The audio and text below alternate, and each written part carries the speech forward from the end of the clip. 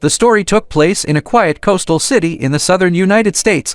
One unexpected confrontation completely changed the path of a former soldier's life. Cameron Poe had just retired from the U.S. Army Rangers after years of military service. He immediately returned to his hometown. His home was in Mobile, a coastal city in Alabama. That night, Cameron was simply standing outside a bar, chatting with his pregnant wife, Trisha Poe. A few troublemakers suddenly showed up and started provoking him. Cameron stepped in to protect his wife. The situation quickly turned into a fight. On that rainy night, the two sides clashed in the middle of the street. In the chaos, Cameron accidentally caused the death of one of the attackers. When the case went to court, Cameron refused to plead guilty. The judge considered his military background, but still sentenced him to 10 years in prison because of that decision. Cameron missed the birth and childhood of his daughter, Casey Poe, while in prison. Letters were the only way he could stay connected with her. 8 years passed in the blink of an eye. On July 14, Cameron was granted parole because of good behavior. By coincidence, it was also Casey's 8th birthday. Cameron stopped by a gift shop and picked out a small toy rabbit for her. He wanted to give it to her in person. To get home faster, he boarded a special aircraft used to transport inmates. The plane was called the Jailbird.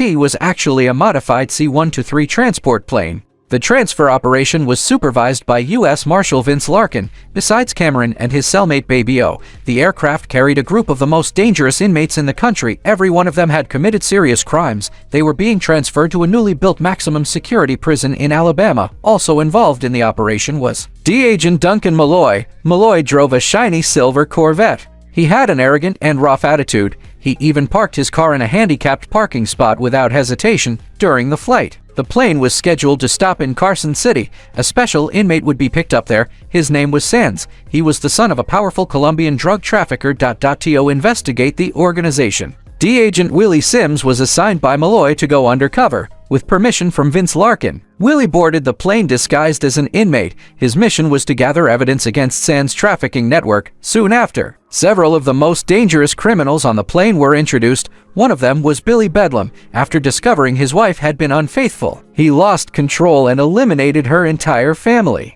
Everyone except his wife was killed. Another inmate was Nathan Diamond Dog Jones. He had once been the leader of a radical militant group. He was responsible for a bombing at a National Gun Association event. But the most dangerous man on the plane was Cyrus the Virus Grissom. He was 39 years old, but had spent a total of 25 years in prison. Robbery, murder, and many other crimes were on his record. At the same time, he was extremely intelligent. While incarcerated, he even earned several college degrees. At that moment, the undercover agent Willie suddenly pulled out a handgun. He tried to regain control of the aircraft. Cameron saw what was happening and immediately warned him, "Don't do it." But it was already too late. Cyrus seized the moment and fired. Willie was taken down instantly. If Cameron had gotten off the plane earlier, the authorities would have started asking questions. So Cameron quickly changed his plan. He decided to stay on the aircraft. He looked at Cyrus and said, "I've still got 15 years left to serve." He pretended to be one of them. Not long after that, an inmate known as Johnny 23 tried to attack female guard Sally Bishop. Cameron stepped in immediately and stopped him.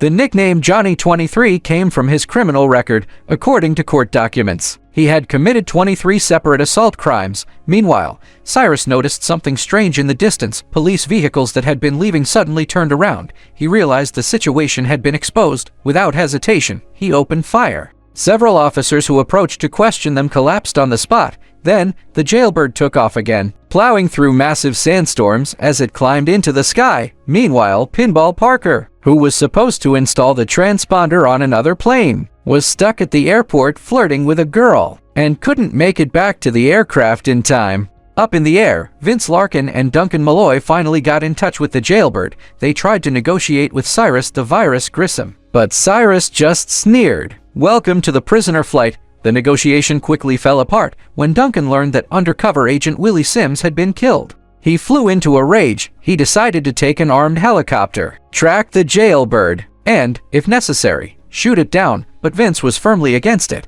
"There are innocent people on that plane," he said. Vince also started getting suspicious. Cameron Poe should have gotten off the plane by now. His wife Trisha and daughter Casey were waiting for him. Logically, Cameron would have left mid-flight, but he didn't. On the other side, Cameron overheard the prisoners talking. They were planning to land at Lerner Airport in the desert, pick up Sands' private plane, and escape the U.S. for good. At that moment, Cameron found a body in the cargo hold at the bottom of the plane. It was Pinball Parker, caught in the landing gear earlier. Cameron had an idea. He wrote the landing location and Vince Larkin's name on Parker's clothing, then tossed the body out of the plane. The body fell toward the city below. Vince immediately realized he had to get to Lerner Airport. He tried to requisition a plane from the airfield, but the ground crew joked, "You might as well drive there."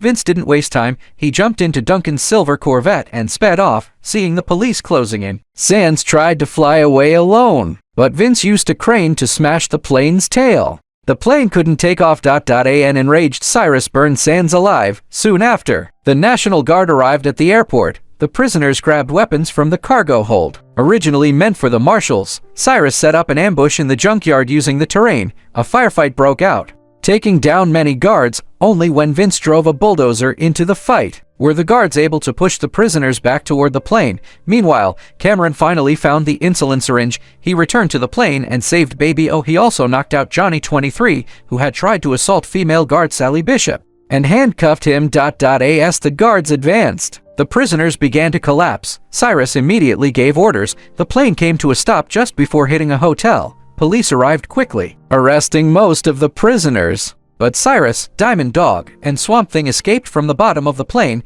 They jumped into a fire truck and got away. Cameron and Vince hopped on police motorcycles and gave chase during the pursuit. Diamond Dog and Swamp Thing were killed. Finally, Cyrus fell into a construction site, where he was crushed by a stone crusher. Meanwhile, the toy rabbit Cameron had bought for his daughter almost fell into a storm drain. He quickly grabbed it. Then, Cameron shook hands with Vince, signaling mutual trust. At that moment, Trisha and Casey arrived at the scene after everything they had been through. Cameron finally reunited with his wife. He met his daughter Casey for the first time and gave her the toy rabbit as a birthday gift, with the song "How Do I Live" playing in the background. The family embraced tightly. This story isn't just about a mid-air hijacking. It's about the choices an ordinary person makes in extreme circumstances. Some people give in to chaos, while others hold their ground. Cameron Poe risked everything just to see his daughter. If you were trapped on that plane, would you protect yourself or stand up to change the outcome? Share your thoughts below.